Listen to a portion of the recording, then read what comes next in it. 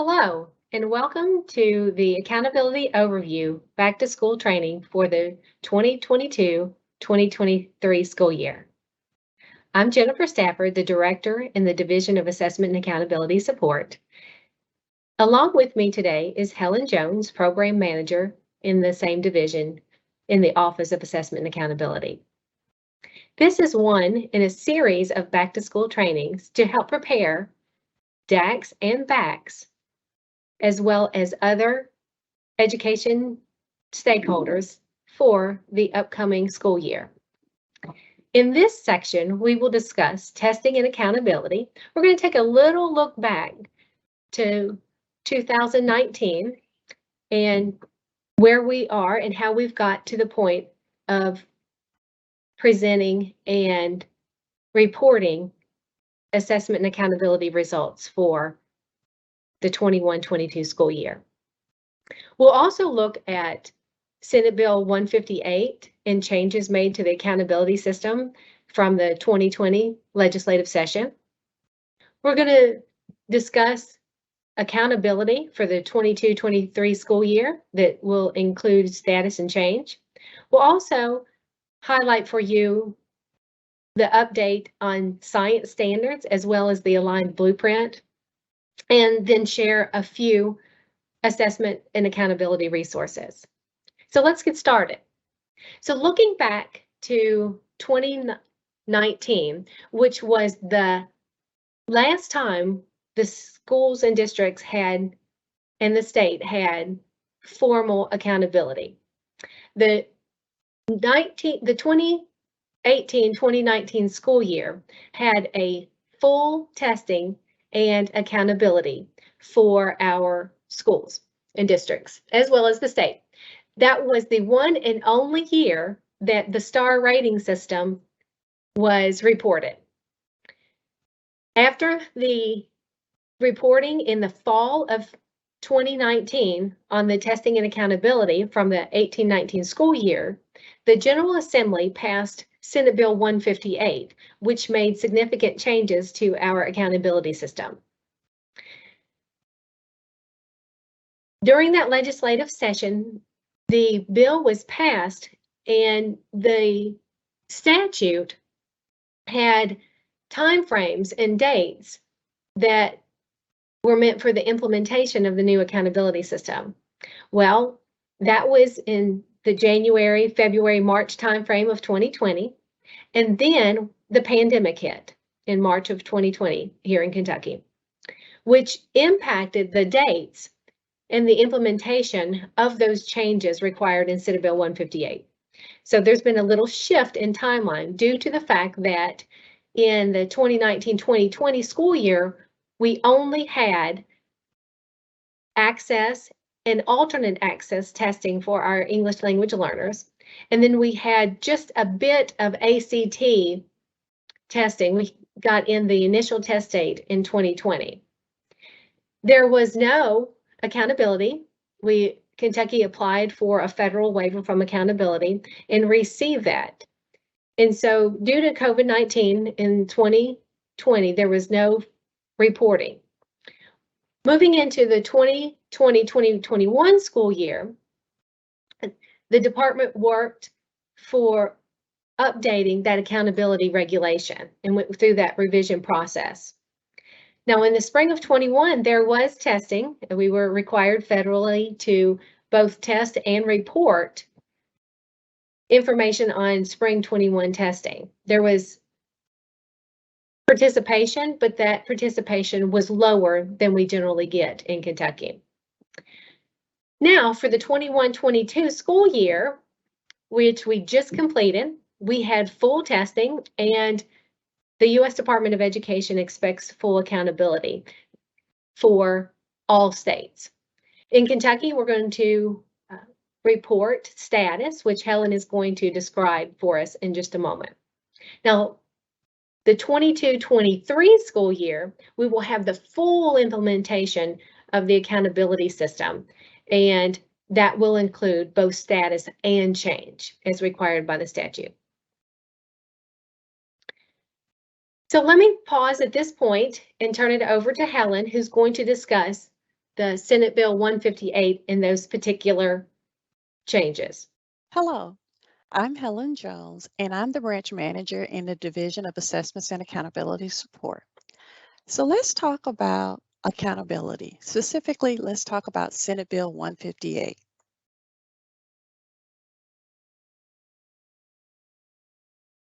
Senate Bill 158 made significant changes to our statewide accountability system. This particular bill is a very prescribed bill.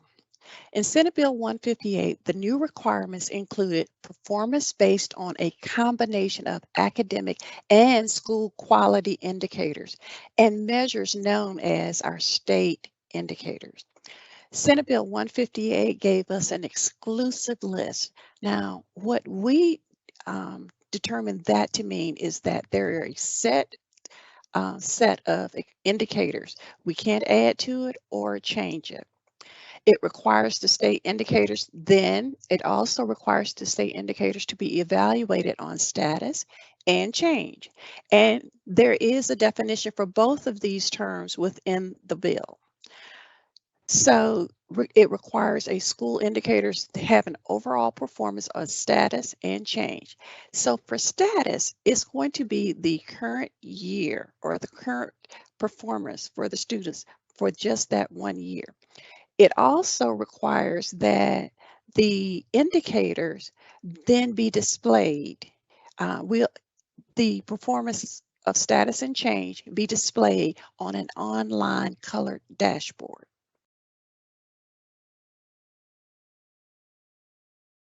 The accountability system in 21-22. So the Kentucky's accountability system required that we made changes to our statute. So 703 KAR, the accountability statute, Reg 5270, became effective November 30th, 2021. For the fall of 2021-2022 school year, the accountability indicators are going to be based on status only. We're doing that because we only have 1 year of data. Remember, Jennifer indicated earlier that as a result of the pandemic, we only had accountability for this past school year. So it will be based on the information and the data from the testing from the spring of 2022. As one other change in this statute is the minimum N was raised from 30 students, was raised to 30 for all students and student group. Prior to, the minimum N was 10 students. Now for reporting, we will see that will be different. So we have the indicators are state assessment results in reading and mathematics, state assessment results in science, social studies, and writing. And writing has two components. That'll be the on-demand and the editing and mechanics will be combined to give us the writing score. Progress of English language proficiency, quality of school climate and safety, post-secondary readiness, as well as graduation rate. Status and change for state indicators. Senate Bill 158, which passed in 2020, stipulates that school performance must be measured exclusively, and those are the lists that we just discussed for the designated indicators. So in the fall, we will only be reporting on status. Again, this is because we only have 1 current year of data to report on. So for the fall, we'll begin reporting on status only. Now this is defined as the annual school level summary based on student performance for just that year. So we will have this current year status. For change, it requires that we have 2 consecutive years. So for change, we won't begin reporting on change until the fall of 2023. And change is defined as the difference between 1 year's status score and the subsequent year's status score. And hopefully, given the fact that we will not have any disruptions in schooling, we should be able to begin reporting on status and change. And this will be 2023 state assessment results for reading and mathematics proficiency compared to 2022 state assessment results for reading and math proficiency. So we'll have to be able to compare the two. We will need enough reporting years, student performance, to actually compare the two in order to get change.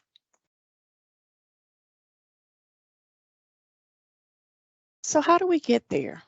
We'll have to conduct, in order to understand and get to the status and change, in the fall of 2022, a standard setting workshop will be conducted to establish those cut scores for status on each indicator and the overall performance rating. This will take place, the Office of Assessments and Accountability will host this accountability standard setting. The dates are September 13th and 14th. Though we're hosting, we are working with the Center for Assessment who will be facilitating this. We will be bringing in stakeholders from across the state to participate in the standard setting. Senate Bill 158 amended KRS 1586455 to require that the Kentucky Department of Education, who will be the commissioner will represent the Kentucky Department of Education and the local Superintendent Advisory Council to approve those percentile cuts.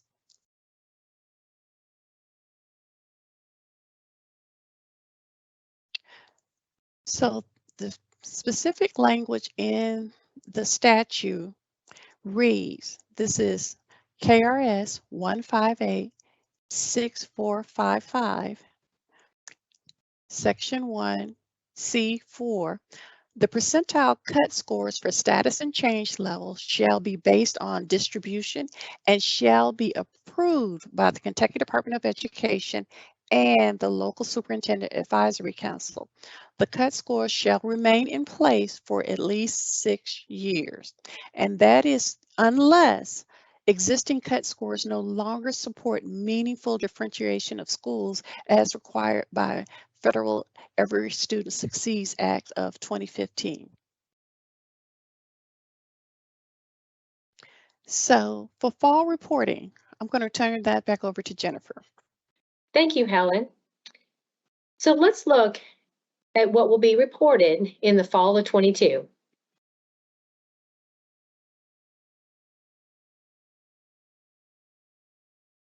So there's several steps in the quality control process that the Kentucky Department of Education facilitates to get to reporting in the fall.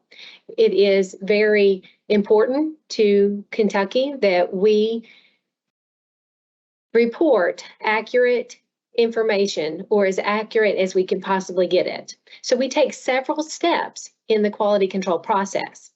We started in the spring looking with district assessment coordinators and building assessment coordinators and getting their rosters cleaned and as accurate as possible. We move into the fall with another opportunity to review individual student information. So fall is going to be a fall data review in early August that is set to begin August 11th. And this is the last time that schools and districts can review and change, if needed, individual student participation into the assessment, as well as demographic data and accountability data. It gets very important, as Helen mentioned, with that minimum N of 30, to have student demographic data correct so that accurate reporting can happen based on those minimum Ns in those student groups. After fall data review is complete, we'll move into the standard setting for accountability, as Helen mentioned, on the September 13th and 14th, that includes multiple stakeholders from across the state, that includes superintendents, district assessment coordinators, principals, Board of Education members are invited, teachers, a wide variety of stakeholders and interested parties are going to be part of that, including 2 members of the LSAC, the Local Superintendent Advisory Council, are going to be part of that standard setting. After that standard setting, we'll move into approval of those recommended cut scores. Dr. Glass will be looking at it for the department, and then LSAC has a meeting on September 19th to review and discuss it. Those 2 superintendents that are going to be part of that standard setting will then help lead the discussion for all the members of LSAC during that 19th meeting. Once those cut scores then are approved, then we'll go into one of our final steps for quality control, which is our quality control day. And this is a day for district assessment coordinators to see the accountability results in draft form so that they can review it one final time for systematic errors and review that before it goes out publicly. If there's any errors, then after that quality control day that are found, then those will be corrected, and public reporting in the school report card is planned for early to mid-October. Now, what can we expect for accountability reporting based on the 21-22 data? As Helen mentioned, it's going to be on status. So you'll have 3 things specifically for accountability. You're going to have the indicator scores on status, you're going to have the overall performance rating, and then you'll have any federal classifications. So let's look at each one of these. So first, the indicator scores on status alone. So for each of those exclusive list of indicators that Helen mentioned earlier, you'll get a score. So it'll be numbers on a scale. You'll get a descriptive wording and a color. So for each indicator, you're going to get 3 things: scores, descriptive word, and a color. So the scores will be, again, numbers on a scale. For status, this year you'll have from very low to very high on each of the indicators. So those status will be reported of very low, low, medium, high, or very high. And then associated colors will be displayed in that online dashboard for each of those different levels within status on those indicators. Now, after your indicators are determined, then that'll be combined into an overall performance rating. And there'll be scores for your overall performance rating that'll be combined that will include the combination of all of those indicators. So you'll have those scores as then the associated colors for each of those levels that those standard setters set in September. And then finally, any federal classification, which include CSI, which is Comprehensive Support and Improvement Schools, as well as TSI, Targeted Support and Improvement Schools. So CSI, there's 2 levels of CSI. CSI 1 is that bottom 5% of performing schools by level. So the bottom 5% of elementary schools, bottom 5% of middle schools, and bottom 5% of high schools. There's also CSI 2. CSI 2 are high schools that have a graduation rate lower than 80%. And for TSI, Targeted Support and Improvement, the cut at that lowest 5% of schools by level, that lowest 5%, then if a school has any student group performing as low or lower than that bottom 5% that cut, then that is how a school is identified for targeted support and improvement. So that those students that are in that student demographic group have targeted support. So again, for accountability reporting in October of this year, you're going to have the indicator and information on the indicator. the overall performance rating as well as a federal classification. Now, how we get to those accountability weights were determined by the Kentucky Board of Education.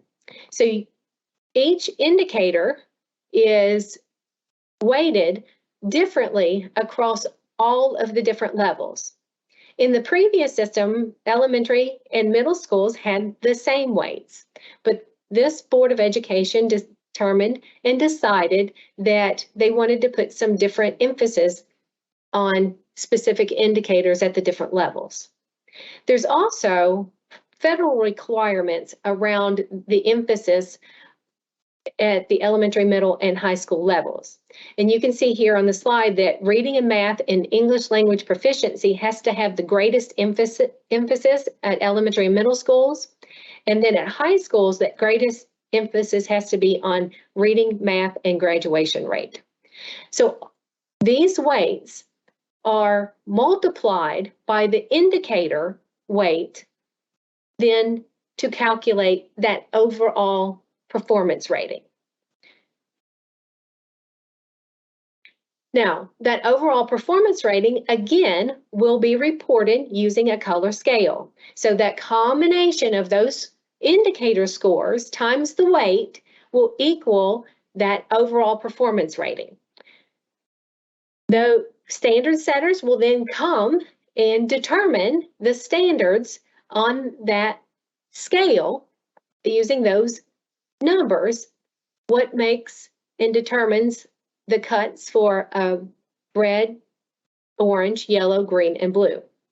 So that performance ratings across those levels will be, again, recommended and determined by those standard setters in September. The federal classifications, we've talked about that.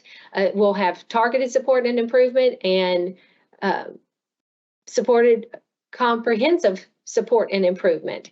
Now, we'll note for you that the additional targeted support and improvement will not be identified for the fall of 2022.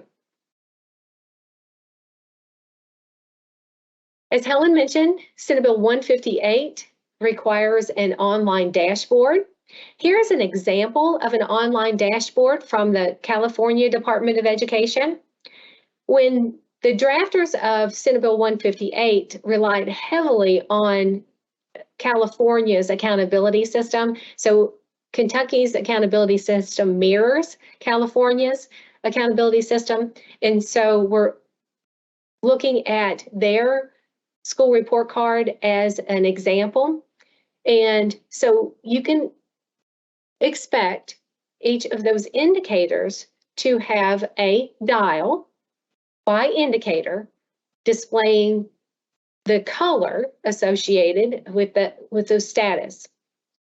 And so you can see here that a dial is going to be used in our school report card. The only difference that we'll have on the dials is where California uses that needle. Kentucky, our vendor, who is Bright Bites that produces our school report card, is going to use a little arrow on the outside of that dial that will indicate where the school district and state falls within that performance. Also reported in the fall of 22 will be long-term goals and measures of interim progress. So ESSA requires that the long-term goal is established on academic achievement, graduation rate, as well as progress on English language proficiency for our English language learners.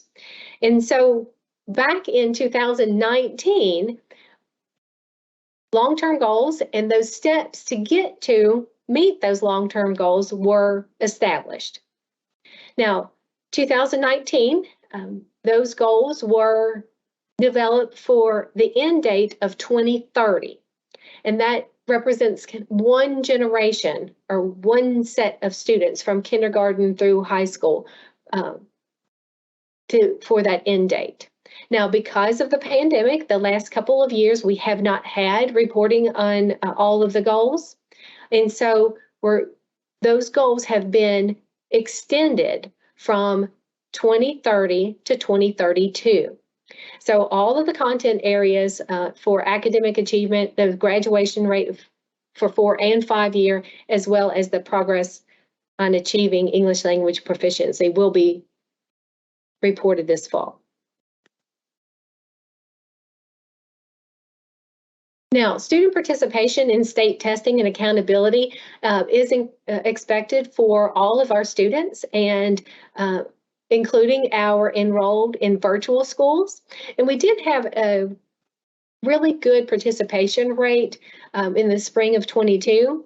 Even though there was not a remote option for online testing, schools and districts made tremendous efforts to test and include our virtual learners.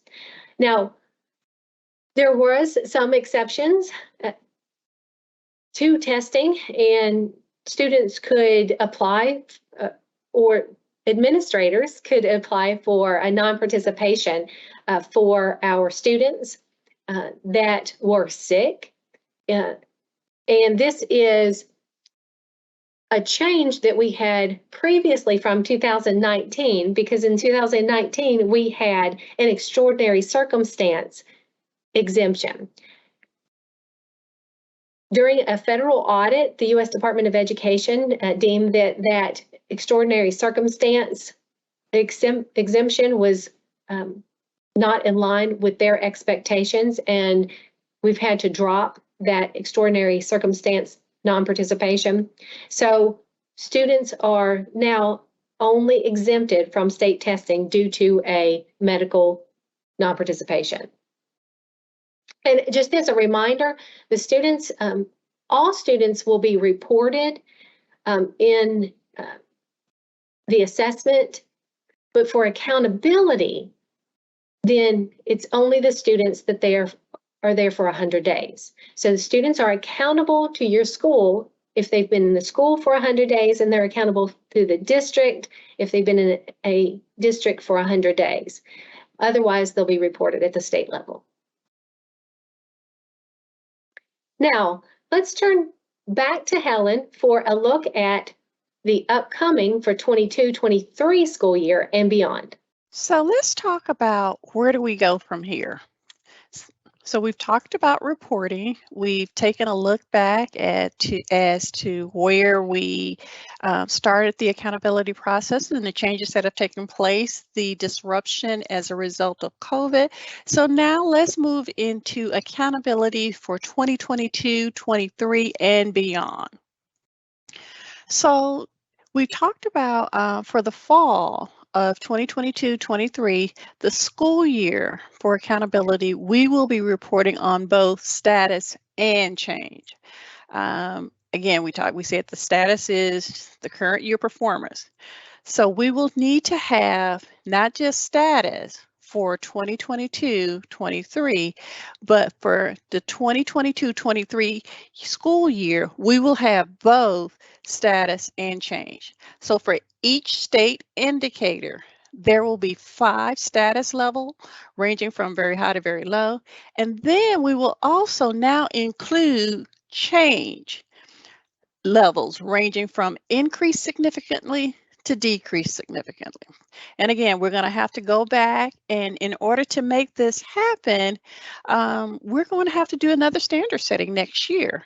And as we said before, we'll have to bring together those stakeholders again to talk about that, and then KDE and LSAC will approve those cut scores to actually demonstrate to approve the cut scores for status and change.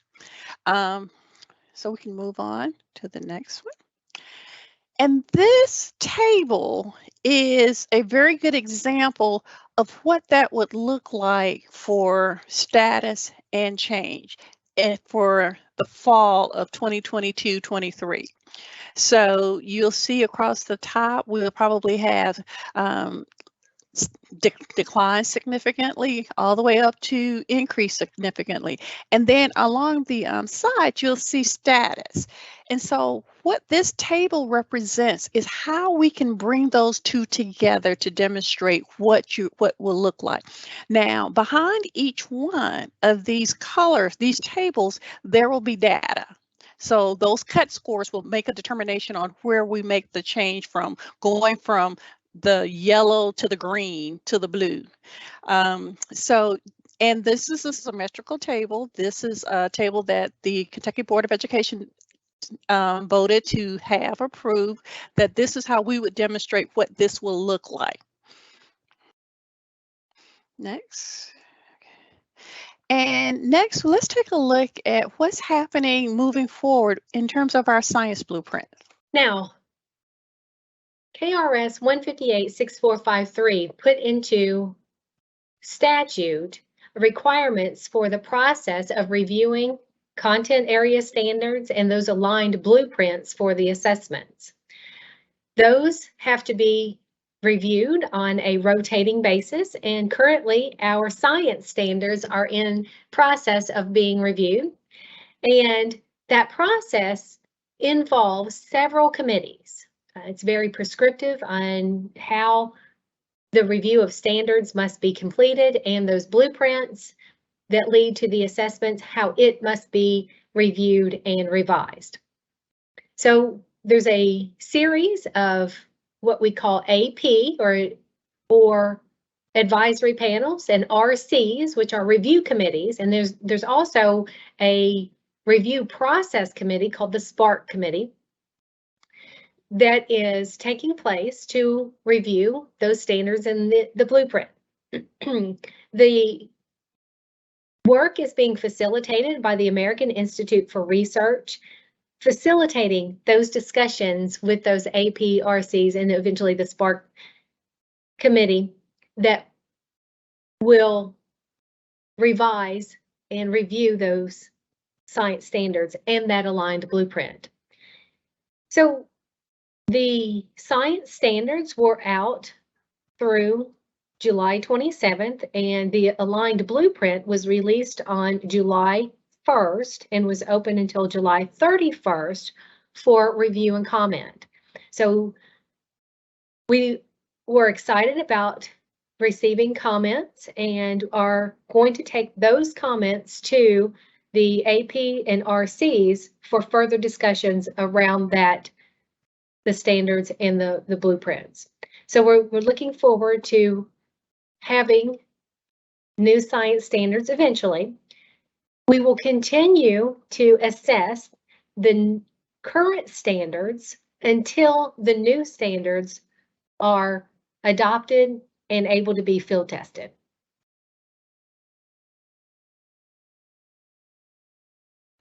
There are several resources for you to reference, including an accountability at a glance document. It has an overview of all the accountability and the changes that Helen and I have discussed here today. It also has information about each of the different indicators, high-level overview of the exclusive list of indicators. Another resource for you is the Assessment, Accountability, and Reporting through 2024 document. This document demonstrates the plan for those pieces through 2024. Now, that is a plan based on where we are currently. If there's any changes to regulations, changes to statutes, or a slowdown in adoption of those science standards, that timeline could shift. And we also have Summer 22 Assessment and Accountability Activities resource.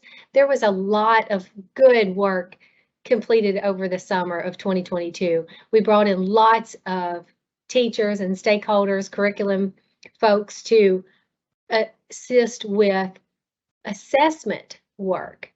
We've talked to you about the accountability work that's to come in standard setting, but there's been a lot of work completed this summer around the assessments, and your teachers put in a tremendous effort to do that. There are other resources. There are other back-to-school trainings that include the alternate Kentucky Summative Assessment, Access and Alternate Access, this accountability overview, and each of the indicators have its own training to get into detail, with the exception of the state assessment results for reading and math and the state assessment results for science, social studies, and writing. Those are two separate indicators, but because they're so similar, they're combined into one training. So we hope that these back-to-school trainings are beneficial for you and provide in-depth information about assessment and accountability for the 22-23 school year. Thank you and have a great school year.